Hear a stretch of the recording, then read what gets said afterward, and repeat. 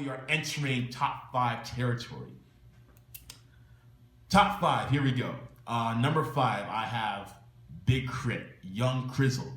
The only reason why there is a bit of credibility left in the South moving forward, all right? Out of all the artists on this countdown right now, he has the best discography when it comes to mixtapes. There is no one on this list, in my humble opinion, that is touching him when it comes to mixtapes. This guy has 3 classic mixtapes on his hands already, like his first 3. And then this next one, I think it was King Remember the Time. That was a debatable classic in itself. And then he just released a recent one entitled It's Better This Way. I haven't given it too many listens, so I can't really give it that classic title just yet. Now, as far as his albums go, I think that's what kind of drags him down on the list. I feel like he's a classic case of an artist who has better mixtapes than albums. And not to say that his albums don't have any context or concepts to them. They do. They just don't resonate as strongly as his mixtapes offering does.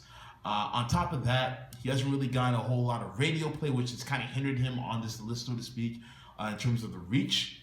And I kind of blame that on Def Jam, to be honest, because this is an artist who is not only lyrical, but he knows how to create a song. He has a penchant for hooks, great melodies, can sing, and he knows how to make those down south turnout records that guys like Future and 2 Chainz can make, yet he's not getting that radio push that these guys are getting. And he's a higher caliber of an artist than they are. So Def Jam needs to work on something like that real quick for him.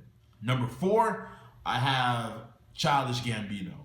Now, this guy right here, like, he is this generation's triple threat entertainer, musician, actor, comedian, and let's just throw in script writer in there as well. I mean, this guy got an Emmy for writing or co-writing 30 Rock, and he just keeps on doing it to another level.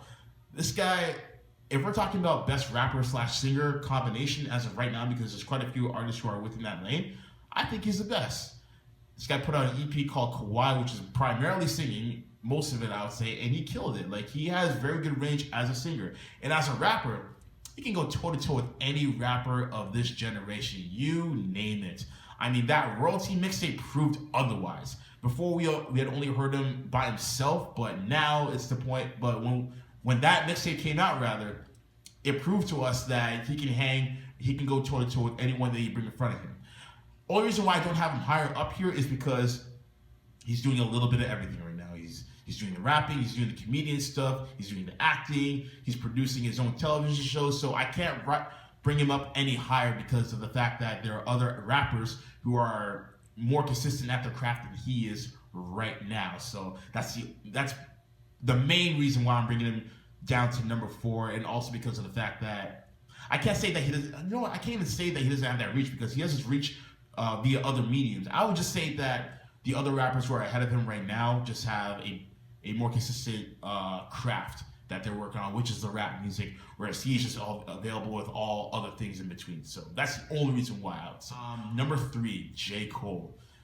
J. Cole is your definition of the common man. He is the working class citizen, basically. He is the one that makes you feel as though you can relate to him.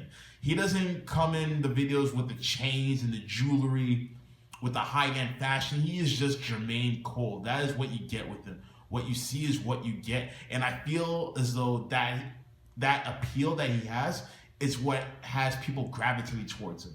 Now, people say he's underrated, but it's hard to say that someone is underrated when they sell out Madison Square Garden 2 nights in a row. Are you kidding me? To sell out Madison Square Garden, it has to be the NBA Finals. It has to be WrestleMania.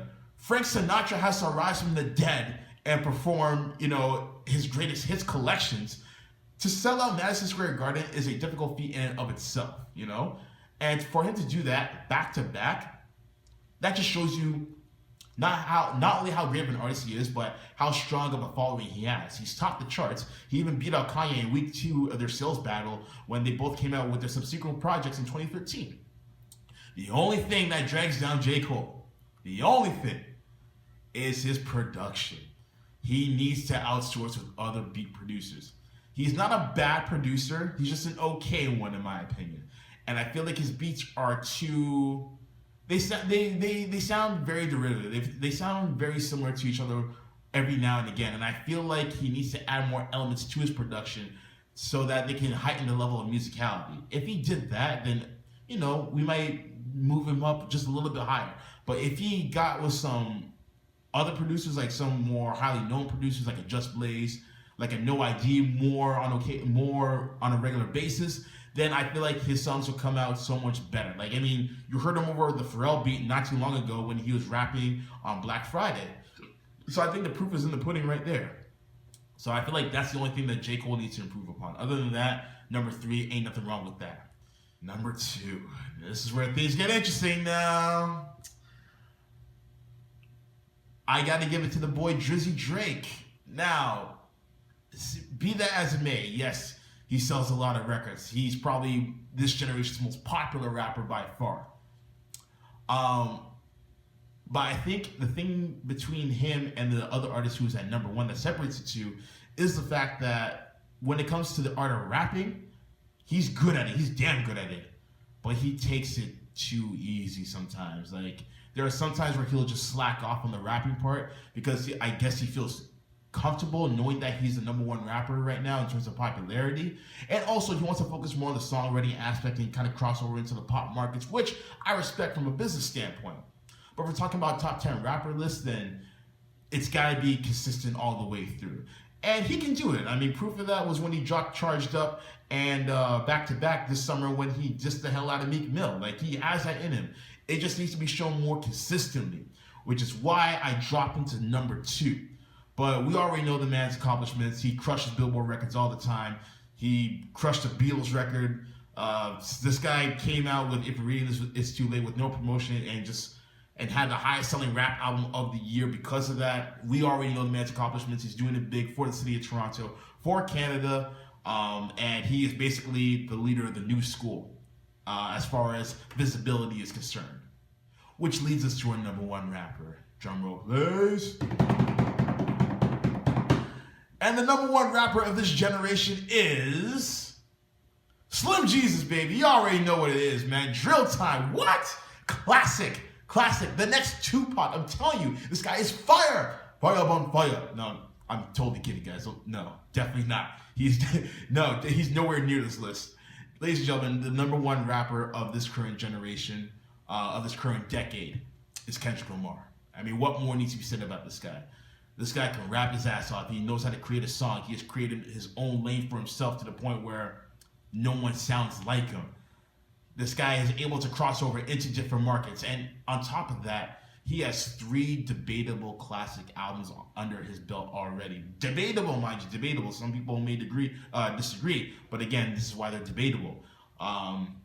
Section 80 was an underground classic. Many people called it an underground classic, and was definitely touted as the best album of 2011. Good Kid, Mad City was probably the first album of this current decade to be recognized as a classic or to be mentioned in that same breath. And then to Pimp a Butterfly, everyone's ranting and raving about that album still to this day, even though it came out way back in March. So Kendrick Lamar, there's not much more that needs to be said. It's pretty self-explanatory at this point that he is, the best rapper of this current decade going forward. But what do you guys think? Hit me up on Twitter at DM_cool and let me know what you think, and let me know what your list looks like.